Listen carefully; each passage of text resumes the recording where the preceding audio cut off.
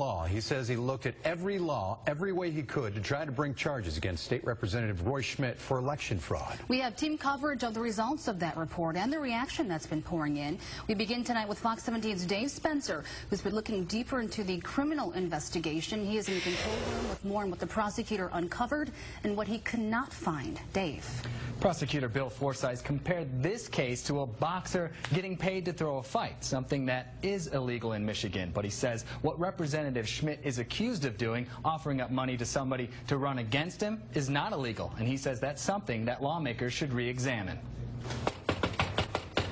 Shortly after longtime Democratic Representative Roy Schmidt changed parties so he could run as a Republican in the upcoming election. Hi there. Hi. Is Representative Schmidt home? There were questions about his timing and about the person who signed up to run against him as a Democrat, political newcomer Matt Mojak. Prosecutor Bill Forsyth says a text message conversation between Mojak and Representative Schmidt's son Ryan shed some light about why Mojak decided to act as Schmidt's opponent. The text, according to Forsyth, reads like this. Ryan asks Matt, "Do you want to make some money? It's nothing illegal or anything."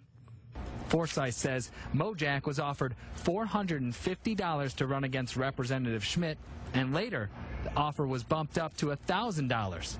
But that money, he says, never changed hands. It potentially violates the campaign finance law, but I didn't look at it from that perspective. I looked at it for violations of the election law. Through the investigation, the prosecutor also says he found a text exchange between Representative Schmidt and the Republican Speaker of the House, Jase Bolger.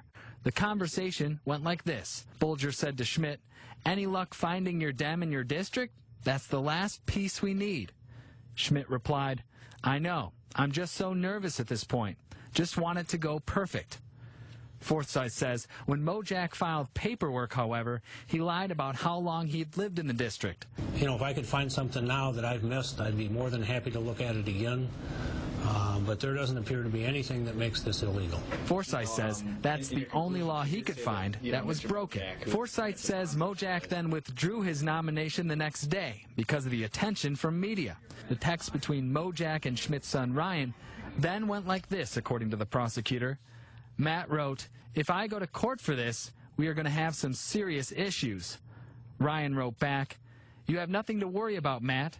You can't say anything." In the end, Forsyth says he regretfully can't find any other violations of Michigan law. Just because you can do something legally doesn't mean you ought to do it. And we couldn't get Schmidt to comment on the investigation. He's not available. Forsyth says Mojak lied on his election papers, something he tells me that's a 5-year felony. But because the prosecutor says Mojak was duped into his role in this whole scheme, he doesn't plan to pursue criminal charges against Mojak. Live in the control room tonight, Dave Spencer, Fox 17 News. Dave, thanks. Well, reaction to this report started coming down immediately. For more on that response, we turn now to Fox 17's Lindsay Place, who's in the newsroom with the story. Lindsay? Hey, Janice. Scandal, corruption, scheme, these words swirling around today as if people didn't have enough reason to doubt politicians. This just adds to that. Now, throughout the day, state lawmakers, both Republicans and Democrats, have been fired up about this, speaking out. They say they're embarrassed. They know that this gives them a bad rap, and it is not going to be forgotten. A report talking about rigging an election, paying off a young guy to run against you so you'll have a clear win, violating the whole idea of a free election. You heard Kent County Prosecutor William Forsyth, who is an elected Republican. He called the scheme offensive and couldn't believe it wasn't illegal under Michigan election law. State lawmakers who are back in session tomorrow plan to address the issue. Many are urging Representative Schmidt to step down.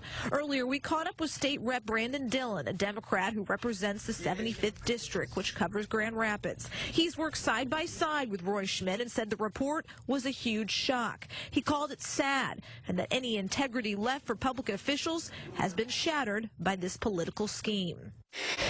It's clear that there was a coordinated effort, a conspiracy to deprive people the opportunity to have a free and fair election. This was an attempt to rig an election.